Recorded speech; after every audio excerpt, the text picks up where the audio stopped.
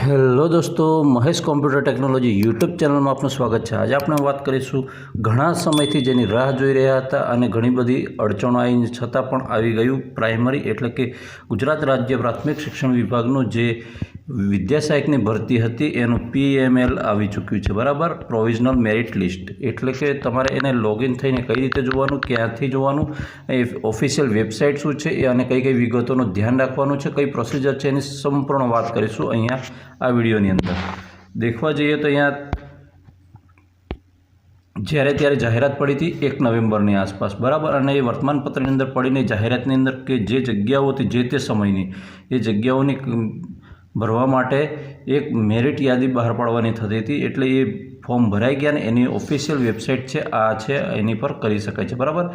VSBDPE-gujarat.in પર, બરાબર। હવે આની પર તમારે શું કરવાનું રહેશે તો એની પર જઈને તમારે આજે જ એટલે કે 20 તારીખના રોજ, બરાબર, હમણાં બટન મૂકી દીધેલું છે, હવે એના પર જઈને અને તમે એની ઓફિશિયલ વેબસાઇટ પર જઈને અને બટન છે એની પર જઈને લોગિન થવાનું રહેશે। લોગિન થઈને લોગિન થવા માટે શું કરવું પડશે તો તમારો ટેટ જે પરીક્ષાનો નંબર હતો એ નાખવો પડશે, પછી જે તમે વર્ષ પાસ કરેલું એ નાખવું પડશે, તમે જો પ્રાથમિક એટલે કે 1 થી 5ની અંદર પરીક્ષા આપેલી કે 6 થી 8ની અંદર આપેલી એ અંદર દર્શાવવું પડશે ને મોબાઈલ નંબર અને પાસવર્ડ, આટલી વિગતોનું ધ્યાન રાખવું પડશે। એટલી વિગતો અંદર નાખશો ત્યારે તમારો જે મેરિટ ક્રમ છે મેરિટ ક્રમ તમને જોવા મળશે અને એ મેરિટ ક્રમ જોવા મળશે ને એની નીચે એક લિંક આપેલી હશે। હવે લિંક આપેલી હશે તો લિંકની અંદર શું હશે તો અહીંયા ત્યાં એક નીચે લિંક આપેલી હશે ને એની અંદર મેરિટ ક્રમ જો તમે જોવા મળે ને તમને કંઈક વાંધો લાગે કે ભાઈ મારું આ મેરિટ બરાબર નથી કે મારા નામમાં ભૂલ છે કે ગમે તે કંઈક ક્ષતિ લાગે તો એના માટે તમારે પણ એના માટે અરજી કરી શકાશે। પણ કઈ રીતે અરજી કરી શકાશે, નીચે આપેલી લિંક છે એની પરથી કરી શકાશે।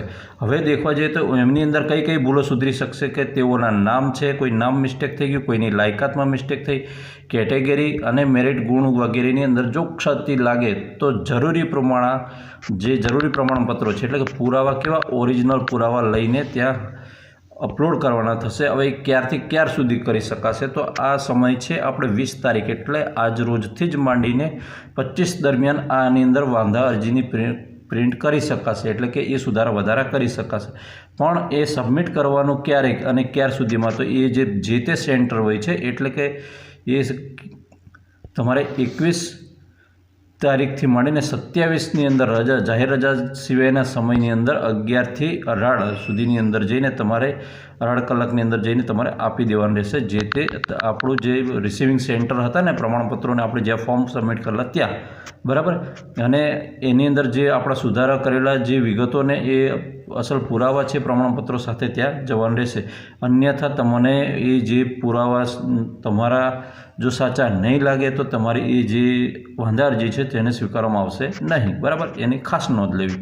હવે કેટલાક મિત્રોને એવું છે કે સર PML તો આવવાનું જ હતું પણ હવે શું છે ફાઇનલ મેરિટ ક્યારે આવવાનું? ભાઈ મિત્રો, ફાઇનલ મેરિટ થોડીક ધીરજ રાખો, ફાઇનલ મેરિટ પણ આપણી આ જ વેબસાઇટ પર આવવાનું છે। ઇન શોર્ટ હવે આપણે બહુ આમ દૂર નથી, દિલ્હી આપણાથી બહુ દૂર નથી, નજદીક છે, આપણે પહોંચી જવાની તૈયારીમાં છીએ એવું માની લેવું, ઓકે।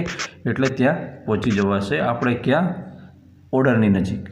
હવે આપણે વાત કરીએ છીએ કે જે મિત્રોએ આની અંદર આ પ્રોબ્લેમ છે એને સોલ્યુશન કરશે અને સોલ્યુશન થયા પછી પણ આપણે એની અંદર તો દેખવા જઈએ તો બહુ નહીં પણ 15 માર્ચનો ડાઉટ લાગે છે કે 15 માર્ચની આસપાસ જે ફાઇનલ મેરિટ છે આવી જશે એવું મને લાગે છે।